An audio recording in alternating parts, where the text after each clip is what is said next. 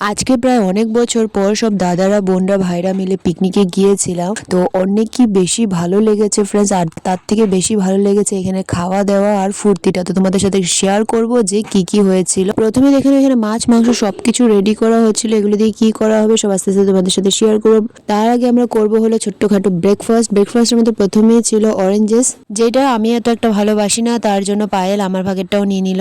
শীতের দিনে হালকা রোদ্রে মিষ্টি মিষ্টি কমলা, ভেবেই জিভে জল চলে আসে, তাই না? না না, আমি আমার না, তোমাদের কথা বলছিলাম। এরপর আমি এখানে আমাদের সব রিলেটিভসদের সাথে অভিকে পরিচয় করাম, যারা কিছু কারণবশত আমার বিয়েতে আসতে পারেনি। আর ওরও খুব ভালো লেগেছে সবার সাথে মিট করে। এরপরে চলে আসলো হলো ম্যাগি। পরে এই হালকা খাওয়া দাওয়া শেষ করে আমরা কেক কাটিং এ চলে গেলাম, যেটা আমাদের পিকনিকের মেইন আকর্ষণ ছিল। কেকের উপরে নামটা ছিল কৃষা লেগেসি কিপার, যেটা আমাদের ঠাকুরদা এবং ঠাকুমার নাম মিলিয়ে রাখা হয়েছে। এরপরে খেলাম চিকেন পকোড়া এবং কফি। শীতের দিনে ম্যাগি পকোড়া কফি এগুলি কিন্তু স্বর্গের মতো অনুভূতি দেয় ফ্রেন্ড, সত্যি বলছি। আর এখানে দেখো সব দাদারা মিলে রান্না করছিল।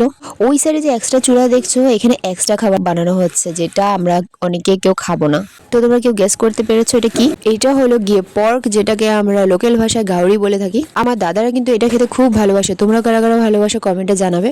দেন আমার একটা জিজু এরকম প্যাকেট ভর্তি করে নিয়ে এসেছিল চিপস কুরকুরে চকলেটস, কিন্তু এত কিছু খাওয়ার পর এগুলো খাওয়ার জন্য পেটে জায়গা ছিল না, তার জন্য খেলাম না, পরে রেখে দিয়েছি, পরে খাবো। এরপর আমরা চলে গেলাম লাঞ্চ করতে। আর লাঞ্চে কি কি ছিল দেখে নাও। বেগুনি, মিক্স ডাল, পনির তরকারি। আর এই মাছটার নাম আমি ভুলে গেছি, সম্ভবত আইড় বা বোয়ালে, দুটা থেকে একটাই ডিসাইড করা হয়েছিল যে বানানো হবে, কিন্তু খাওয়ার সময় আমি বুঝতে পারিনি কোনটা মাছ ছিল। দেন ছিল মাটন আর চাটনি পাপড়, আমরা স্কিপ করে গেছি। এরপরে দিদি আর দাদা ভাইরা মিলে নদীতে চলে গেলো বাসন ধুতে। আমিও গিয়েছিলাম একটু ওদেরকে হেল্প করার জন্য, বাসনগুলো ধরে নিয়ে আসছিলাম। এরপরে দেখলাম সবাই এখানে নাচ গানা করছে, এত ভাল লাগছিল। নাচ গানা আগেও হয়েছে, ওইটা আমি আর ভিডিও করিনি ফুর্তির চোটে। তো এখন আমি এগুলো সব জায়গায় রেখে গাড়িতে উঠাচ্ছিল সবাই, তো আমিও গিয়ে হাতে হাত লাগিয়ে দিলাম। এরপরে চলে গেলাম ডান্স করতে। আর এই সব মিলিয়ে আমাদের ফ্যামিলি পিকনিকে পাচ্ছিল রক্স।